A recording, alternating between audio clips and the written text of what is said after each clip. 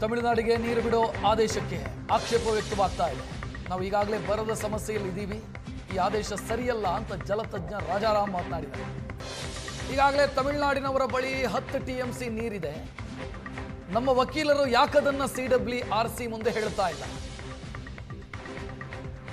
ಒಂದ್ಸಲ ನೀರು ಕೊಟ್ರೆ ಅಥವಾ ಬಿಟ್ರೆ ವಾಪಸ್ ತರೋದಕ್ಕೆ ಆಗತ್ತಾ?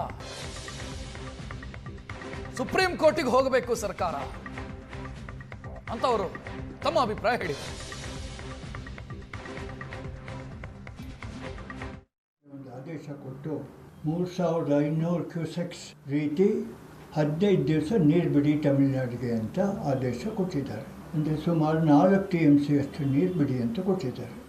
ಯಾವ ಆಧಾರದ ಮೇಲೆ ಕೊಟ್ಟಿದ್ದಾರೆ ಏನು ಎಂಬುದು ಏನಾದರೂ ನಮ್ಮ ಸರ್ಕಾರಕ್ಕೆ ತಿಳಿಸಿದರೆ ಅದನ್ನು ಹೇಳಬೇಕು. ಅವರು ಈ ಕಾರಣದಿಂದ ಇದು ಕೊಟ್ಟಿದ್ದಾರೆ ಅಂತ ಕಾರಣ ಗೊತ್ತಿಲ್ಲ.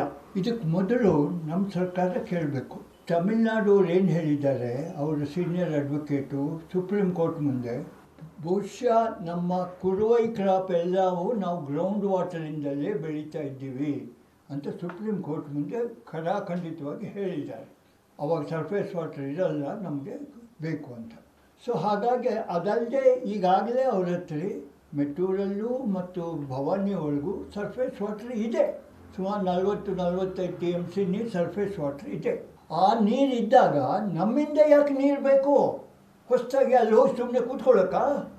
ಒಂದು ಇನ್ನೊಂದು ವಿಷಯ, ಸುಪ್ರೀಂ ಕೋರ್ಟ್ನವ್ರು ಅವ್ರಿಗೆ 10 TMC ಗ್ರೌಂಡ್ ವಾಟರ್ ಯೂಸ್ ಮಾಡು ಅಂದಾರೆ. ಅದನ್ನು ಯಾವಾಗ ಮಾಡಬೇಕು ಅಂತ ನಮ್ಮವರು ಕೇಳಲಿಲ್ಲ, ಅವರು ಕೇಳಲಿಲ್ಲ. ಅದು ಯಾಕೆ ಇಬ್ಬರಿಗೂ ಉಪಯೋಗ ಆಗಬೇಕಲ್ವಾ ಆ 10 TMC.